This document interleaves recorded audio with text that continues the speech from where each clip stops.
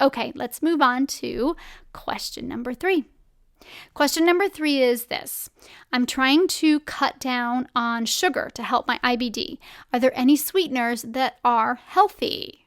I love this question. This is such a good question. But first, let me just say, it's awesome. It's awesome that you're trying to cut down on sugar. It's awesome for anybody, right? But it's awesome for you, especially with IBD. And take it from an ex-sugar addict, it's hard. So I really commend you for your efforts because I get just how hard that can be when you're so used to having sugar. Sugar, it feeds the bad bacteria in our gut and it weakens our digestive tract. So to put it bluntly, sugar and IBD, they just don't mix. While I do recommend keeping your sugar intake quite low, I know that it would be really hard to go without any sugar in your life. The sugars I see my clients tolerating best are the natural sugars, natural sweeteners like honey. And when it comes to honey, I really like raw and manuka honey best, particularly those because they're really high in gut beneficial enzymes. I also like pure natural maple syrup, coconut sugar, date sugar, and sugar from fruit, especially berries. Let me go ahead and just explain the why behind each of these natural sweet options because I want to give you just a little bit more context for each individual option to help you decide which one might be best for you. So let's start with honey. Honey is fantastic. It's a great sweetener. It's an immune system booster. It's antiviral. It's antimicrobial. It's full of antioxidants. So honey is fantastic.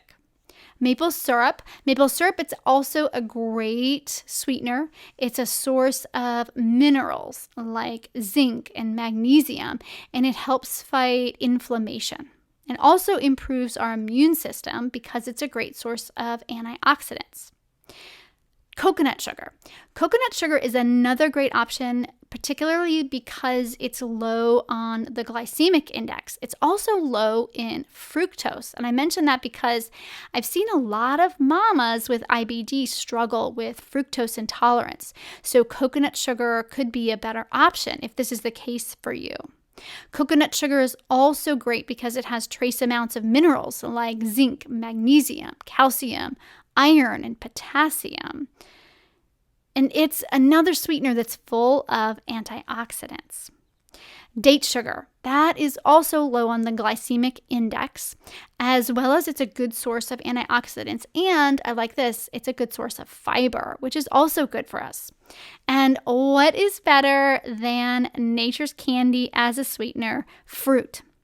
My favorite type of fruit sweetener is berries because they're loaded with vitamins and antioxidants. And berries, they're also high in fiber and they're high in vitamin C. So you're getting that additional benefit when you sweeten with berries. Berries even help fight inflammation.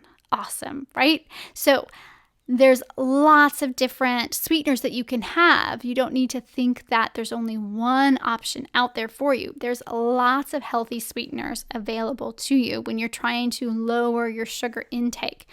We want to use these sweeteners in moderation, of course, instead of table sugar. And when you do that, you will definitely benefit your IBD overall. When it comes to sugar, though, I do have to say, I want to say one last point. It's worth mentioning that I want you to be careful of hidden sugars that are found in carbohydrates. When we think of sugar, we often think about candy and soda, but there's actually other ways that we can get too much sugar in our sensitive system.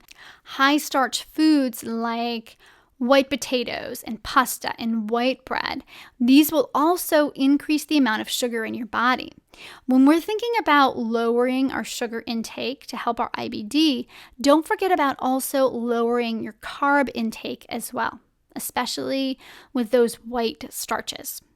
And when you do both, when you think about lowering your sugar intake by really being mindful about the sweeteners that you are putting in your body, while also thinking about lowering your carb intake, your gut will really reap the benefits that will help your IBD.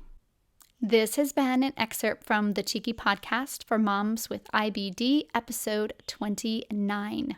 It's just a snippet of what we talked about on the episode. So if you're a mom with Crohn's or colitis and you found